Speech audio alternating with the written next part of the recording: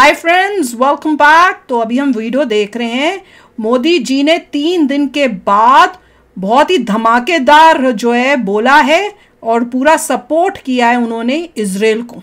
तो चलो वीडियो शुरू करते हैं। वीडियो शुरू करने से पहले अगर आप चैनल पर नए हो और आपने अभी तक सब्सक्राइब नहीं किया तो जल्दी से पहले सब्सक्राइब के बटन और बेल आइकन को क्लिक कर लो ताकि आपको हमारे सारे न्यू वीडियोस के नोटिफिकेशन मिल जाए जैसे हम अपलोड करें। अगर आपको वीडियो पसंद आता है प्लीज लाइक एंड शेयर। चलिए शुरू करते हैं। भारत और तंजानिया एक मत है कि आतंकवाद मानवता के लिए सबसे गंभीर सुरक्षा खतरा है। Maritime security, piracy, drug trafficking जैसी चुनौतियों का सामना करने के लिए आपसी समन्वय बढ़ाने पर बल दिया। काउंटर टेररिज्म के क्षेत्र में आपसी सहयोग को बढ़ाने का भी निर्णय लिया है। एक तरफ तो इजराइल और हमास के बीच संघर्ष चल रहा है। कई बड़े देशों ने इजराइल को समर्थन दे दिया है तो वहीं मुस्लिम देशों ने हमास का समर्थन किया। वहीं पीएम मोदी ने इजराइल का समर्थन देते हुए कह दिया कि आतंकवाद सबसे बड़ा खतरा है। पीएम मोदी ने इजराइल को ट्वीट कर समर्थन भी जताया था, लेकिन अब खुले तौर पर पीएम मोदी ने आतंकवाद पर ऐसी बात बोली कि हमास जैसे देश देखते रह गए। दरअसल आज नई दिल्ली में तंजानिया की राष्ट्रपति आई हुई हैं। नई दिल्ली स्थित हैदराबाद हाउस में पीएम मोदी और तंजानिया के राष्ट्रपति सामिया सुलूहू हसन के बीच बातचीत हुई। इस दौरान दोनों देश अपने आपसी संबंधों को रणनीतिक साझेदारी के स्तर पर ले जाने के लिए सहमत हुए। बैठक के बाद इन्होंने पत्रकारों से भी बातचीत की और दोनों नेताओं ने इसका ऐलान किया। इसी दौरान पीएम मोदी ने आतंकवाद पर ऐसी बात बोल दी कि सभी देश देखते रह गए। फ्रेंड्स, रक्षा के क्षेत्र में हमने 5 ईयर रोड मैप पर सहमति बनाई है। इसके माध्यम से military training, maritime cooperation, capacity building, defence industry जैसे क्षेत्रों में नए आयाम जुड़ेंगे। ऊर्जा के क्षेत्र में भी भारत और तंजानिया के बीच करीबी सहयोग रहा है। भारत में तेजी से बदल रहे क्लीन एनर्जी लैंडस्केप को देखते हुए हमने इस महत्वपूर्ण क्षेत्र में मिलकर काम करने पर सहमति व्यक्त की है। मुझे खुशी है कि तंजानिया ने भारत द्वारा G20 समिट में लॉन्च की गई ग्लोबल बायोफ्यूल अलायंस से जुड़ने का निर्णय लिया है। साथ ही तंजानिया द्वारा लिए गए इंटरनेशनल बिग कैट अलायंस से जुड़ने का निर्णय से हम बिग कैट्स के संरक्षण के लिए वैश्विक प्रयासों को सशक्त कर सकेंगे। आज हमने स्पेस और न्यूक्लियर टेक्नोलॉजी को जन कल्याण के लिए इस्तेमाल करने पर बल दिया। इन महत्वपूर्ण क्षेत्रों में ठोस इनिशिएटिव्स की पहचान करते हुए हमने आगे बढ़ने का निर्णय लिया है। फ्रेंड्स, आज हमने कई वैश्विक एवं क्षेत्रीय मुद्दों पर विचार विमर्श किया। हिंद महासागर से जुड़े हुए देशों के रूप में हमने maritime security, piracy, drug trafficking जैसी चुनौतियों का सामना करने के लिए आपसी समन्वय बढ़ाने पर बल दिया। इंडो पैसिफिक में सभी प्रयासों में हम तंजानिया को एक बहुमूल्य पार्टनर के रूप में देखते हैं।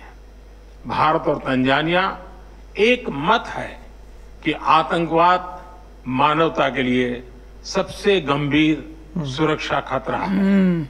इस संबंध में हमने काउंटर टेररिज्म के क्षेत्र में आपसी सहयोग को बढ़ाने का भी निर्णय लिया है। फ्रेंड्स, हमारे संबंधों की सबसे महत्वपूर्ण कड़ी हमारे मजबूत और सदियों पुराने पीपल टू पीपल टाइज हैं। गुजरात के मांडवी पोर्ट और जंजीबार के बीच 2000 साल पहले व्यापार किया जाता था। भारत की सीधी ट्राइब का ओरिजिन ईस्ट अफ्रीका के जांज कोस्ट पर हुआ।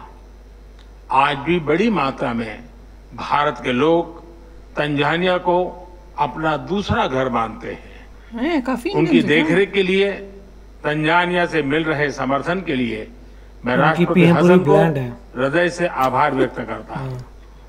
योग के साथ साथ कबड्डी और क्रिकेट की पॉपुलैरिटी भी तंजानिया में बढ़ रही है।